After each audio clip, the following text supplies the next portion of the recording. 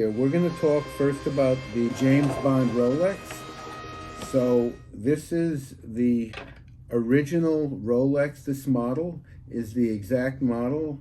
It's a reference number, I think it's 6538, I believe. This is the model that James Bond, Sean Connery wore as Agent James Bond in the movie with Dr. No. I think the reference number is 6538. It has a very beautiful, what they call aged ghost dial. If you can see the bezel insert, it's supposed to be, when it was issued, jet black. It's now turning a very light, soft gray. The dial has gold numbers on it, which is gold wording and emblem on it, which is quite rare. Typically, today they're all in white. This is what they call the gold gilt dial. It has the automatic oyster perpetual movement. It is in overall extremely fine condition. So this is the earliest, one of the earliest Submariner, really, that he wore in the movie, okay? And Dr. No, he made it famous. The watch had what they call a number of unusual features. In addition to telling time, it had devices that would create a strong magnetic bond as in James Bond, and it would be able to have all these properties. I think in one of the early shows, he is tied up and he got himself into a big pickle over there, and there's a machine that's gonna flood him or kill him, and whatever it is, he's able to turn off the machine from a distance with the magnetic pull of the watch. In addition to the watch, we have two other cool things.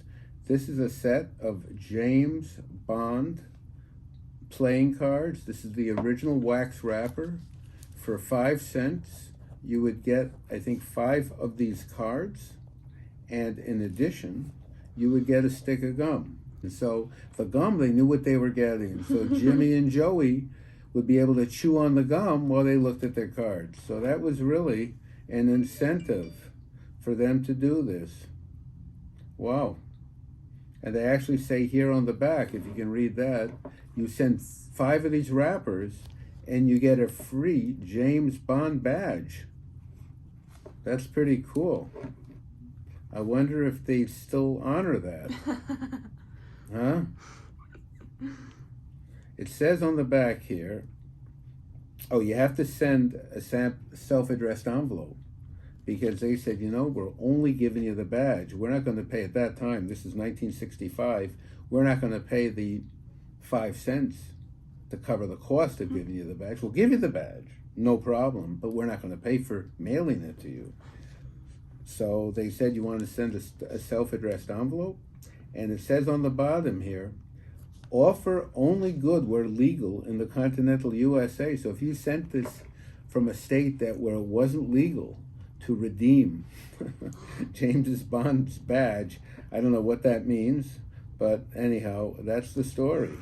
And the contents said it has 1 slab of bubblegum, not a stick, a slab. Wow, typically I think of a slab as like a big sheet of cement, but you know, who knows? Anyhow, it had to fit in here. So you get the slab of bubblegum and the picture postcards, and they got original James Bond waxing. So I figure this is worth something. I've never seen this before, so this has got to be cool. If I don't see it, it's got to be rare. And if you buy the watch, not only will we throw in this wrapper for you, we are going to throw in, let's see what this is. I haven't looked this in a long time.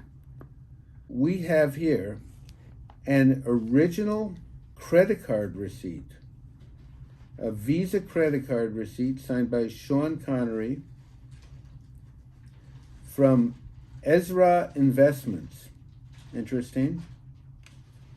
For $96 plus tax. Very cool. Final offer here, guys.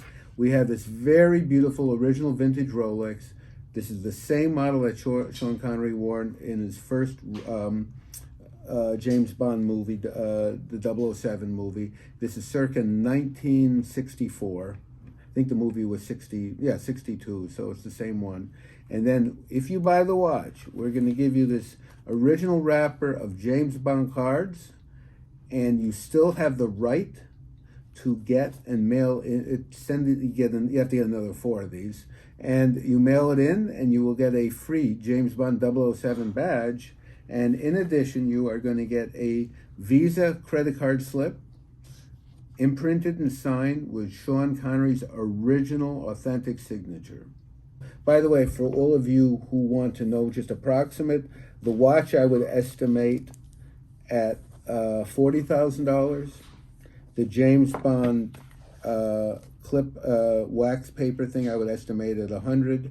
And I would say his signature, his normal signature, I would say maybe $200 on an authentic document. Remember this, Vic, whenever there's a document that's called a legal document, so that would include a credit card receipt. You actually have his credit card number here, which is pretty cool. But a credit card receipt, any legal document, a check, a birth certificate, a contract, anything that's legal, meaning that means that it is presumed that, and not with a credit card, but a legal document too. I mean, it's presumed that he had to show ID, and it's clear that it's his identification, and it's clearly him. So that's one of the best ways to authenticate a autograph. Okay, so you get all this. So this I would probably put down at, I would say probably $600-700 would be my guess, because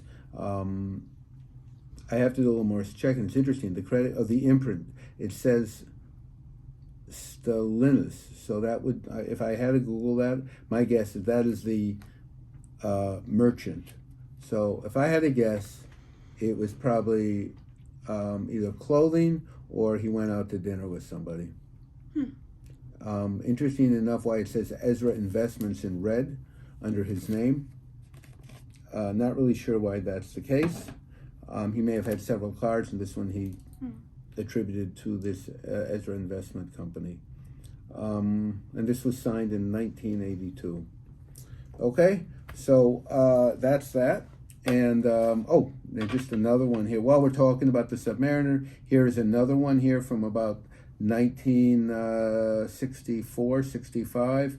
Beautiful. This is called Gold Gilt Dial. Also similar, beautiful.